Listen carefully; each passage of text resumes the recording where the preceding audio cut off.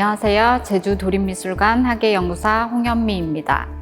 무릉도원보다 지금 삶이 더 다정하도다는 한국 근현대 역사의 숱한 굴곡에도 다양한 시도와 변화를 거듭하며 이어져 온 동양화의 흐름을 소개하는 전시입니다. 지난 시간에 이어 1960년부터 2000년까지로 구성된 권위에 대해 소개해 드리겠습니다.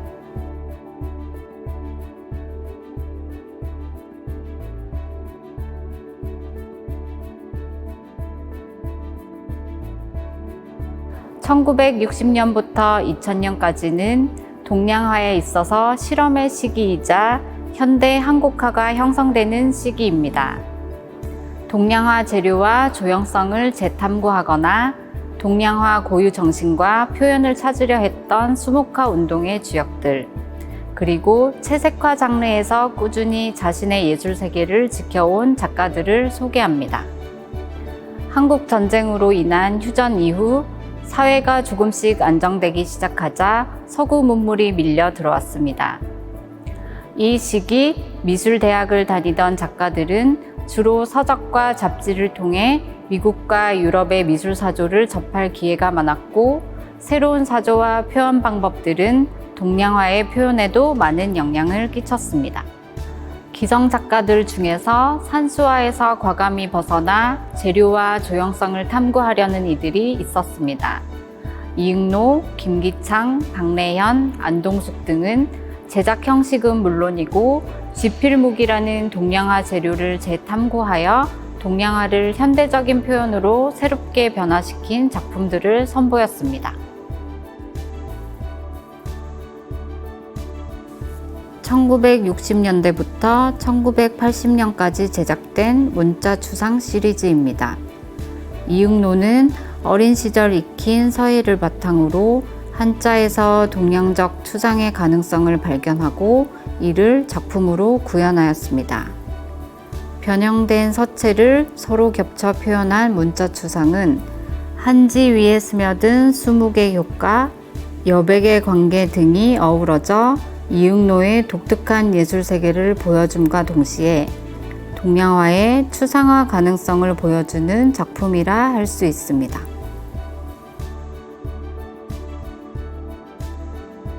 스승 김은호의 영향을 받아 인물을 위주로 한 채색화를 주로 제작했던 김기창은 해방 이후 동양화의 새로운 진로를 모색하기 시작하였습니다.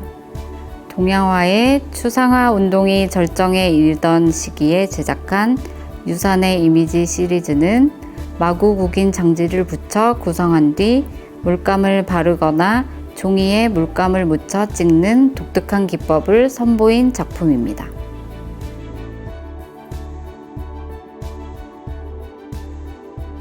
박래현 역시 해방 이후 화풍의 변화를 가져왔습니다.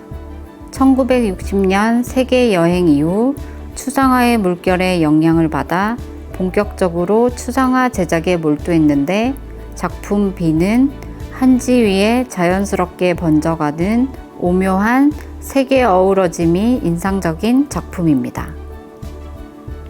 박래현은 1964년 미국과 중남미 여행을 계기로 테피스트리와 특유의 노란띠 추상 작업에 매진하였습니다. 작품 H는 물감이 번지는 띠 형태의 선들이 조합된 작품으로 맥방석, 엽전 시리즈로도 불리는 작품입니다.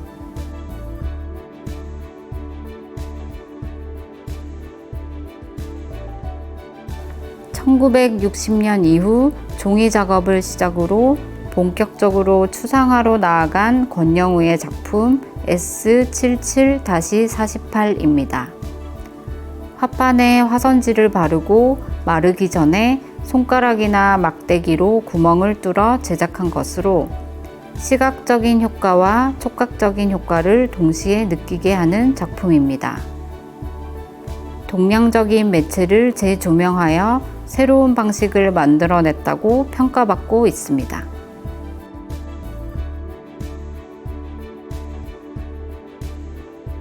안동숙은 한지의 수묵이라는 전통적인 동양화의 재료, 방법, 조형 감각을 과감히 탈피하고 이질적인 요소를 도입하여 독립적인 조형세계를 구축하였습니다. 1969년 전후에 제작된 콤포지션은 실험성이 최고조에 달했던 시기의 작품으로 화판 위에 돗자리를 오려 붙여 돗자리의 질감을 부각시키고 과감한 커팅을 통해 색다른 조형성을 보여주고 있습니다.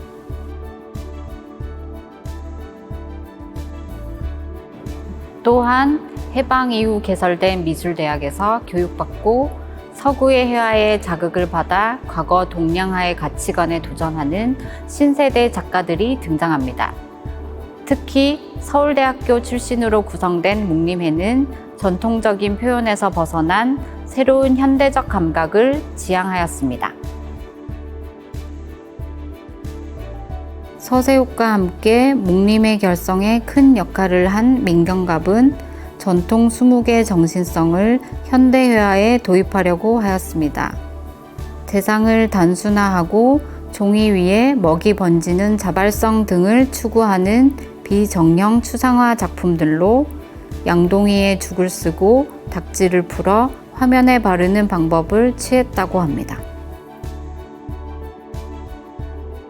한편 일본색이라며 경원시했던 채색화는 홍익대학교 교수로 있었던 박생광, 청경자 등이 자신의 예술세계를 지키면서 오태학, 이숙자, 김천영 등 후학을 배출하였습니다. 중앙대학교 교수로 지내며 많은 제자를 배출한 오태학은 1980년대부터 벽화기법을 본격적으로 연구하고 선보이기 시작하였습니다.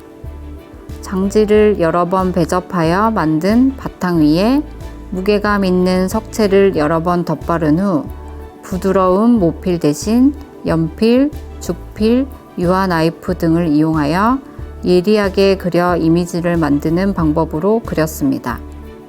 흔히 주변에서 볼 수 있는 일상적인 소재와 자연, 불교, 민화나 설화의 이야기들을 주제로 하여 수묵 채색화의 새로운 방향성을 제시한 화가로 평가받고 있습니다.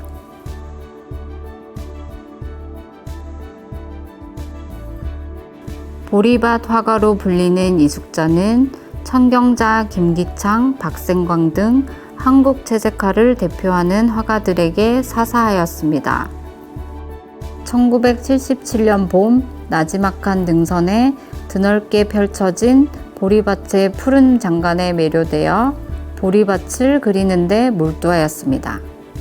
한지를 두껍게 만든 바탕 위에 보리 알갱이와 수염을 입체적으로 만들기 위해 수만 번 이상 세밀하게 표현하여 그린 보리밭에 민족의 애환과 한국인의 정서를 담아냈습니다.